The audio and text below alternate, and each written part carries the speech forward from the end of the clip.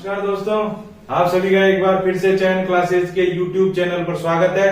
तो आज एक दो दिन बाद हम लेट हो गए आपको क्लास देने के अंदर, तो आज नया चैप्टर की क्लास लेकर आपके सामने हाजिर हो गए हैं। उसका प्रथम पार्ट हम आपको देने के लिए तैयार हैं। आज हमारा जो नया चैप्टर है वो है राजस्थान के रीति रिवाज।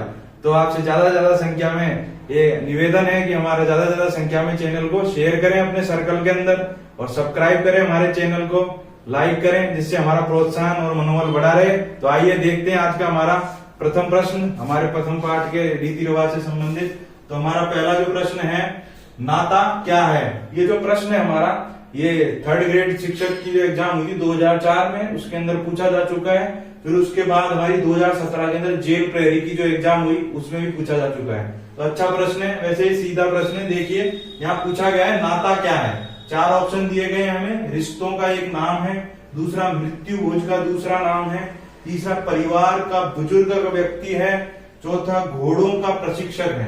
तो नाता जो क्या होता है, राजस्थान के अंदर एक पुनर्विवाह से संबंधित प्रथा होती है। इसके अंदर क्या होता है, जैसे कोई हमारी जनजातियां जो हैं, भील जाति हो गई, गरासिया हो गई, इस तरह की जो भी हमारी जनजातियां हैं उनमें प्रमुख रूप से देखी जाती है। इसके अंदर क्या होता है, जो पति पत्नी होते हैं सहमति से अलग हो जाते हैं, यानी पत्नी अलग होकर चली जाती है, सहमति से अपने पति से किसी मनपसंद लड़के के साथ चली जाती है और उसके साथ रहने लग जाती है। एक तरह से विवाह हो जाता है, लेकिन कोई रीति रिवाज नहीं उसमें फॉलो किए जाते। कोई जैसे पाठ पूजा इस तरह से नहीं की जाती। हमारी जो शादी होती है उसके अंदर वैसा कोई रिचुअल्स फॉलो नहीं किया जाता। तो क्या है ये नाता, एक हमारे राजस्थान में रिश्तों का एक नाम है। ये इसका उत्तर हो जाएगा हमारा प्रथम ऑप्शन। अब बढ़ते हैं आगे। तो खालसा पंथ, कौन सा पंथ, खालसा पंथ की स्थापना किसने की। ये एक पंथ था, एक समुदाय था, जिसकी स्थापना किसने की, हमारे सिखों के परम पूज्य गुरु जी। कौन से थे, हमारे गुरु गोविंद सिंह जी, जो 10वें गुरु थे। इनके बाद इन्होंने गुरु गोविंद साहिब को सिखों का गुरु घोषित कर दिया गया। यही हमारे वो गुरु हैं जिनके दो पुत्र थे छोटे छोटे, जोरावर सिंह जी और एक दूसरे हमारे, जो इनके उन दोनों पुत्रों को औरंगजेब के द्वारा क्या कर दिया गया था, 10-10, 11-11 साल के थे, उन्हें चुनवा दिया गया था दीवार के अंदर। और क्या उन्हीं के नाम, उन्हीं के जो जिस दिन उनको चुनवाया गया था उस दिन 26 दिसंबर के दिन हमारे प्रधानमंत्री जी जो है, हमारे मोदी जी, प्रधानमंत्री नरेंद्र मोदी जी, इन्होंने क्या करा है, शहीद दिवस घोषित किया है उस दिन। और यही हमारे वो गुरु जी हैं, गुरु गोविंद सिंह जी, जिन्होंने मुगलों की नाक में दम करवा दिया था औरंगजेब के टाइम, क्योंकि उसने हिंदू संस्कृति को बहुत ज्यादा नुकसान पहुंचाया था। तो खालसा, हमारा जो खालसा पंथ किसने स्थापना की थी, गुरु गोविंद सिंह जी ने की थी। और इन्होंने सिखों को एकजुट करने के लिए कौन सी युक्ति कही थी, गीदड़ने में शेर बनाऊं, चिड़ियों से मैं बाज तड़ाऊं और 1.25 लाख से एक लड़ाऊं, तब जाके मैं अपना नाम गुरु गोविंद सिंह कहलाऊं। तो याद कर ले हमारे गुरु गोविंद सिंह जी को। यही है एक परम प्रतापी गुरु जी हमारे, जिन्होंने खालसा पंथ की स्थापना की। बढ़ते हैं हमारे अगले प्रश्न की ओर। ये जो प्रश्न है हमारा वन रक्षक 2013 के अंदर पूछा गया है। अच्छा प्रश्न है, वैसे आप बता देंगे इसका उत्तर, इजी है। प्रश्न है हमारा, मृतक को शमशान ले जाने के लिए प्रयुक्त बांस या लकड़ी की अर्थी को कहा जाता है। यहाँ पर पूछा है, जब कोई व्यक्ति मर जाता है हमारे समाज के अंदर, हिंदू समाज के अंदर या किसी भी समाज के अंदर, तो जिस लकड़ी की खपच्ची से बनी हुई जो अर्थी होती है उस पर जो लेके जाते हैं उसे क्या कहा जाता है, एक्चुअल में क्या कहा जाता है। 4 ऑप्शन दिया गया है, मोक्ष गमन, अर्थी, तीसरा बेकुंठी, चौथा इनमें से कोई नहीं। तो जो अर्थी होती है बांस की बनी हुई लकड़ी की, उसे कहते हैं बेकुंठी। अर्थी ना लगाएं, कंफ्यूज करने के लिए अर्थी दिया, अर्थी तो यहाँ भी लिखा हुआ है, अर्थी यहाँ भी दिया हुआ है, अर्थी नहीं लगाना, उसको एक्चुअल में क्या कहते हैं, हम बेकुंठी कहते हैं। तो चलिए बढ़ते हैं अगले प्रश्न की ओर। मौसम क्या है। यहाँ हमें 4 ऑप्शन दिए गए हैं। ये जो प्रश्न है 2011 पटवारी के अंदर पूछा गया है। अभी वीडियो की जो एग्जाम हुई थी हमारी प्री की, उसके अंदर भी पूछा गया था, तीसरी पारी के अंदर। अच्छा प्रश्न है। मौसम क्या है, अरावली की जनजाति है, इसका संबंध सती प्रथा से है, मृत्यु भोज की प्रथा है, विवाह से संबंधित कोई प्रथा है। तो मौसर क्या है, एक मृत्यु भोज की प्रथा है। जब कोई व्यक्ति मर जाता है हिंदुओं के अंदर, तो क्या होता है, हमारे राजस्थान के अंदर उसके सगी संबंधी या जो ब्राह्मणों को बुलाकर भोजन कराया जाता है। वैसे देखा जाए तो ये प्रथा अच्छी नहीं है। किसी के घर में तो दुख हुआ होता है और वहां पर भोजन कराओ, पूरे गांव को कराओ। गांव में तो देखने में आता था, अब तो कम हो गया, अच्छा है, कम हो जाना चाहिए। ज्यादा अपने घर वालों में ही खाना खा ले, वही बहुत है। बाकी पूरे गांव को जिमाओ, ब्राह्मणों को जिमाओ, बहुत लंबा चौड़ा काम हुआ करता था पहले, अब धीरे धीरे कम हो रहा है। अच्छा है, कम होना चाहिए। इसी मोसर की जो प्रथा है इसे नुक्ता प्रथा भी कहते हैं, और जनरल जो हम बोलचाल में देखते हैं बारवा, देखा हो बारवा करा जाता है, उसे कहते हैं मोसर, नुक्ता, बारवा, ये सभी एक ही चीज है, मृत्यु भोज से संबंधित प्रथा है। आगे बढ़ते हैं। वयोवृद्ध के देहावसान पर शमशान ले जाते समय रास्ते में अर्थी पर पैसे फेंके जाते हैं, उसे क्या कहते हैं? जब कोई वृद्ध व्यक्ति हमारे समाज के अंदर मर जाता है, किसी के परिवार के अंदर उसका देहावसान हो जाता है, यानी उसका अंत हो जाता है, उसकी उम्र पूरी हो जाती है, तो उसे जब हम लेके जाते हैं समाज में लेके जाते हैं अर्थी पर, तो जो पैसे फेंके जाते हैं उसकी अर्थी पर आते रास्ते के अंदर, उस प्रथा को क्या कहा जाता है हमारे राजस्थान के अंदर? तो पहला दिया हुआ न्योछावर प्रथा कहा जाता है, बखेर प्रथा कहा जाता है, सामेला कहा जाता है, उछाल कहा जाता है। ये जो प्रश्न है 2011 के अंदर पटवारी में पूछा गया है, अच्छा प्रश्न है। तो इस प्रथा को क्या कहते हैं राजस्थान में? बखेर कहते हैं, पैसे को बिखेरना उनके ऊपर, कि उनकी उम्र पूरी हो गई है, उनके सम्मान में पैसे फेंके जाते हैं, उसे बखेर कहा जाता है। अब बढ़ते हैं आगे। मोताणा प्रथा के संबंध में निम्न में से कौन सा कथन सही है? यहाँ पूछा है हमें मोताणा प्रथा।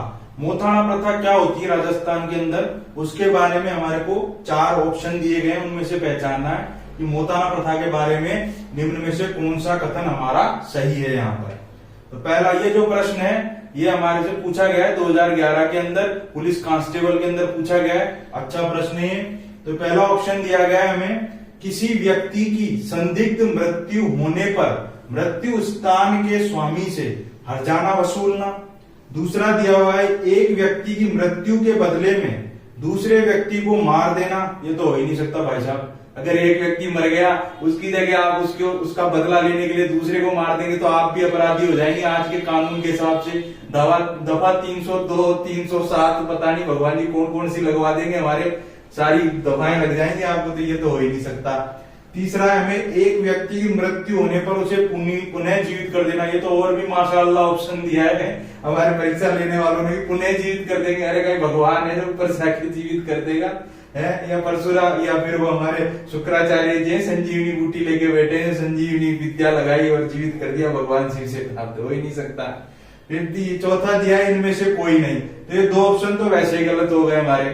अब बचा हमारा पहला, तो यही इसका हमारा उत्तर होगा। कि जैसे मान लीजिए हमारी जो जनजाति क्षेत्र है हमारा राजस्थान का, उसके अंदर क्या होता है कि कोई व्यक्ति है हमारा संदिग्ध मृत्यु हो गई, उसकी मृत्यु का पता नहीं चला, तो जिस स्थान पर उसकी मृत्यु हुई वहां का जो मालिक है उससे, जिसके घर में मृत्यु हुई है, वो क्या कहते हैं, उससे पैसा वसूलते हैं, हरदाना लेते हैं कि हमारे आदमी की मृत्यु हो गई, वो हमारा आदमी इतने रुपए का था, जो भी था उसका हरदाना दे हमें। तो वो क्या करते हैं, जनजाति क्षेत्र में से हरदाना वसूला जाता है। तो मोताण प्रथा क्या है हमारा उत्तर? प्रथम उत्तर हो जाएगा। अच्छा प्रश्न, आगे बढ़ते हैं। ये प्रश्न पटवारी 2011 के अंदर पूछा गया है, अच्छा प्रश्न है, कंफ्यूज कर देता है। हमारे 16 संस्कार जो होते हैं हमारी हिंदू संस्कृति के अंदर, उससे संबंधित है हमारा ये प्रश्न। वह संस्कार जो बालक को विद्या आरंभ हेतु गुरु के पास ले जाने के समय किया जाता है, ये क्या है? पहले के जमाने में जब क्या गुरुकुल हुआ करते थे, वहां पर जो छोटा बच्चा होता था 5-6 साल का, 5-6 साल का जो बच्चा हो जाता था उसको गुरुकुल में भेजा जाता था। उससे पहले क्या होता था, यज्ञ पवित्र का एक संस्कार होता था, यज्ञ करवाया जाता था बाकायदा, और उसको एक जनेऊ धारण करवाई जाती थी, जो आजकल देखने में कम मिलता है। आजकल का जैसे संस्कृत के जो संबंधित हमारे विद्यालय है उनमें तो होता है ये संस्कार आज भी, लेकिन अब क्या शादी के समय होता है अधिकतर। सभी जो भी हमारे बच्चे होते हैं, जिनका बच्चों के टाइम तो बस उनका ही होता है, संस्कृत से संबंधित शिक्षा प्राप्त कर रहे हो हमारे, तो उनका तो हो जाता है। बाकी जो भी लड़के होते हैं हमारे, उनका क्या होता है, शादी के समय होता है यज्ञोपवीत। तो ये जो कौन सा संस्कार है हमारा, यज्ञोपवित्र संस्कार है। इसी का दूसरा नाम होता है उपनयन संस्कार। तो हमें कंफ्यूज नहीं होना, या तो उपनयन दिया हो या यज्ञोपवित्र, दोनों एक ही चीज है और दोनों इसी के संबंधित है। यहाँ पर उपनयन भी आ सकता है, जैसे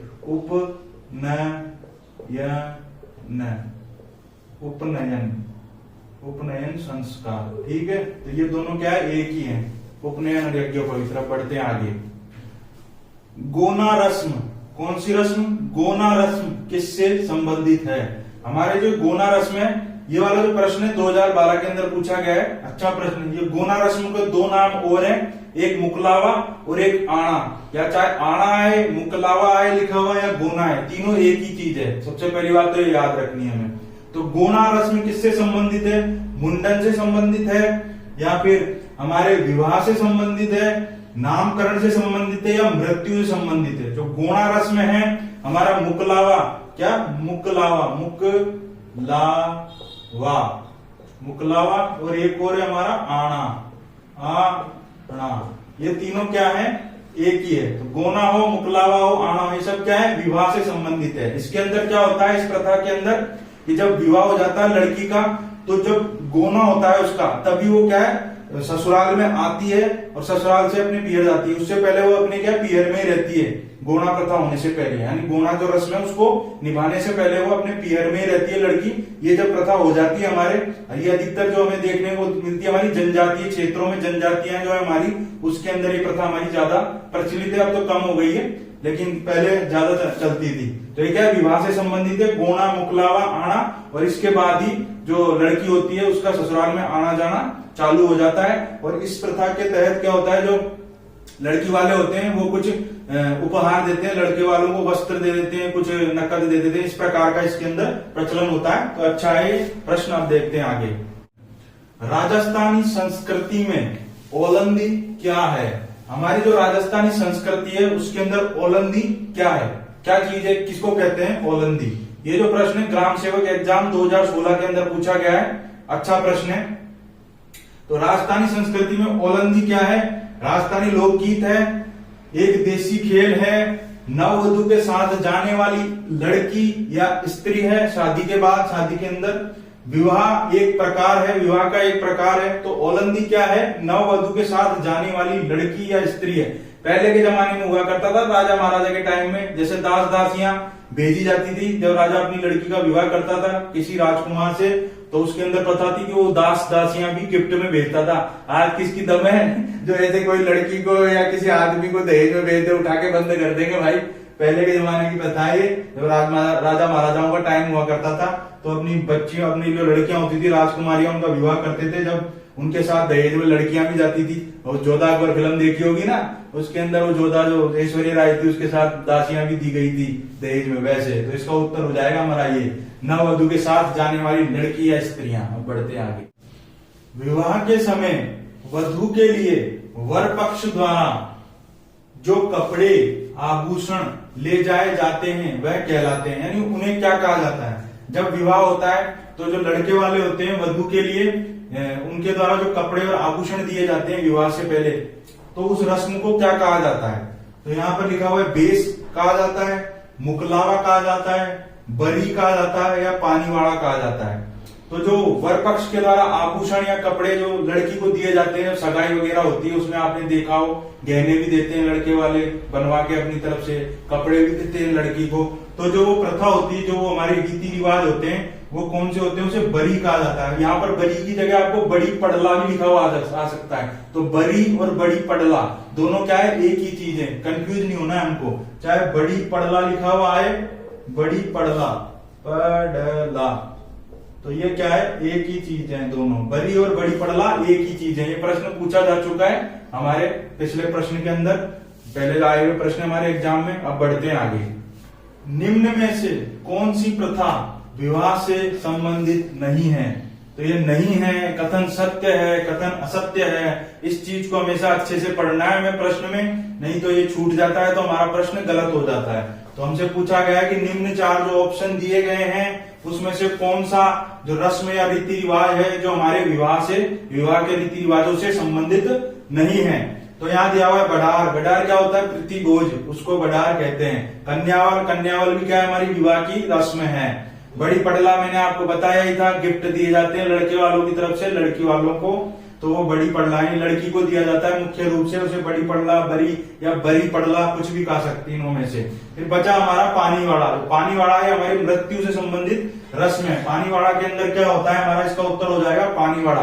पानीवाड़ा के अंदर क्या होता है? जो भी समाज के लोग होते हैं जिसके घर में मृत्यु होती है, जिसका क्लोज होता है मरने वाला, उसको सांत्वना देते हैं, स्नान कर लेते हैं साथ में मिलकर एक जगह पर, जहां पर स्नान करते हैं। जब उसका क्रियाक्रम पूर्ण हो जाता है, उसको जला दिया जाता है, हमारे दाग लग जाता है व्यक्ति को, तो सब मिलकर स्नान करते हैं वहां पर। तो जिसके घर में मृत्यु होती है उसको सांत्वना देते हैं समाज वाले। भाई उसको ढांढस बनाते हैं। वो जो रस्म होती है स्नान करने की, ढांढस बनाने की, उसको क्या कहते हैं, पानी वाला। और वही हमारी क्या मृत्यु से संबंधित है, विवाह से संबंधित प्रथा नहीं है। अब बढ़ते हैं आगे। राजस्थान में बडार क्या है?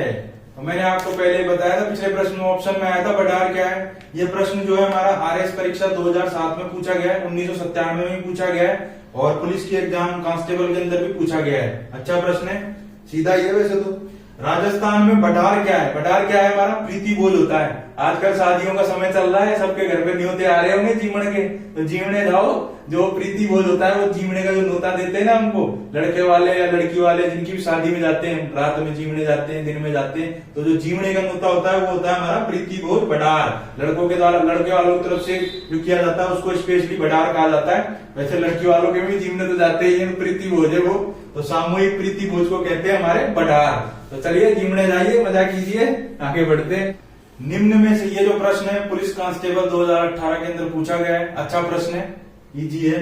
निम्न में से किस राजस्थानी प्रथा या परंपरा में विवाह से पहले दुल्हन और दूल्हे को धागे से बांधा जाता है और विवाह के बाद धागा हटा दिया जाता है? वह प्रथा या परंपरा कौन सी है हमारे हिंदू धर्म में विवाह की, जिसके अंदर दुल्हन और जो दूल्हा होता है उसके हाथ में धागा लपेटा जाता है, बांधा जाता है? चार ऑप्शन दिए गए हमें, सामेला, पहरावणी, बड़ी पड़ला, कंगन डोरा। तो कंगन डोरा जो होता है, इसको डोरा भी बोलते हैं, डोरदा भी बोलते हैं। ये जो प्रथा होती है, इसके अंदर क्या होता है, दूल्हा दुल्हन को विवाह से 5 दिन पहले विनायक स्थापना होती है हमारे विवाह के अंदर, गणेश जी को बिठाया जाता है। उस समय दोनों लड़का लड़की के हाथ में शुभ डोरा बांध दिया जाता है। हमारा जो क्या बोलते हैं, पूजा के अंदर हम डोरा बांधते हैं, वो बांध दिया जाता है पंडित जी के द्वारा। उसके अंदर सुपारी और हमारी राई बंधी रहती है, जिससे नजर ना लगे, और 5 दिन तक दूल्हा दुल्हन बंद हो जाते हैं, बाहर नहीं जा सकते, भैया घर में रहना है, कुछ ना हो, अनहोनी नहीं हो जाए, इसलिए।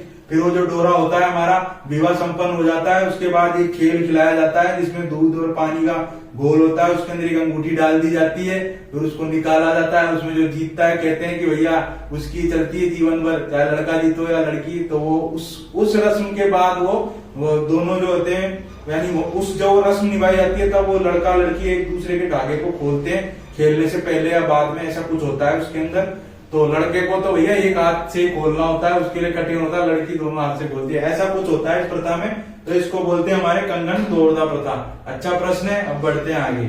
ये जो प्रश्न है पटवारी 2011 के अंदर पूछा गया है, एग्रीकल्चर ऑफिसर की एग्जाम हुई थी 2013 में, उसमें भी पूछा गया है। तो हमारा जो प्रश्न है सीधा सा प्रश्न है, पहले मैं बता चुका हूं आपको बोल के, अब हमारे प्रश्न में आ गया है, पुराने प्रश्न आया था। हिंदुओं की सामाजिक एवं धार्मिक संस्कृति में कितने संस्कार संपन्न करवाए जाते हैं, यानी कितने नंबर ऑफ संस्कार है हिंदुओं के अंदर प्रचलित हमारी वैदिक जो पद्धति है उसके हिसाब से, जिनको संपन्न करवाया जाता है जन्म से लेके, यानी गर्भाधान से लेकर उसकी मृत्यु तक कितने नंबर ऑफ संस्कार होते हैं हिंदू पद्धति के अंदर। पहला दिया है 15 संस्कार होते हैं, दूसरा 18 होते हैं, तीसरा 16 होते हैं, चौथा 36 होते हैं। तो हमारी हिंदू संस्कृति के अंदर जो संस्कारों की संख्या है वह है 16 संस्कार होते हैं। अब बढ़ते हैं अगले प्रश्न की ओर। ये प्रश्न जो है असिस्टेंट एग्रीकल्चर ऑफिसर 2013 के अंदर पूछा गया है यहाँ पर, जड़ूला एक प्रमुख संस्कार है, इसे कहते हैं, यानी जो हमारे जड़ूला करवाया जाता है बच्चों का 3 या 5 वर्ष की आयु के अंदर, लड़के या लड़की हमारे जो बच्चे होते हैं हिंदुओं के अंदर, मंदिर के अंदर अपने कुल देवता देवी के यहाँ पर ले जाकर उनके बाल कटवाए जाते हैं, मुंडन करवाया जाता है। तो उसका दूसरा नाम क्या है, जड़ूला भी कहते हैं, मुंडन भी कहते हैं। तो यहाँ पे पूछा गया है चारों में से जड़ूला को और किस नाम से जाना जाता है। तो यहाँ पे दिया है जात कर्म, यहाँ पे दिया है निष्क्रमण, समावर्तन, दूसरा दिया है चूड़ा कर्म।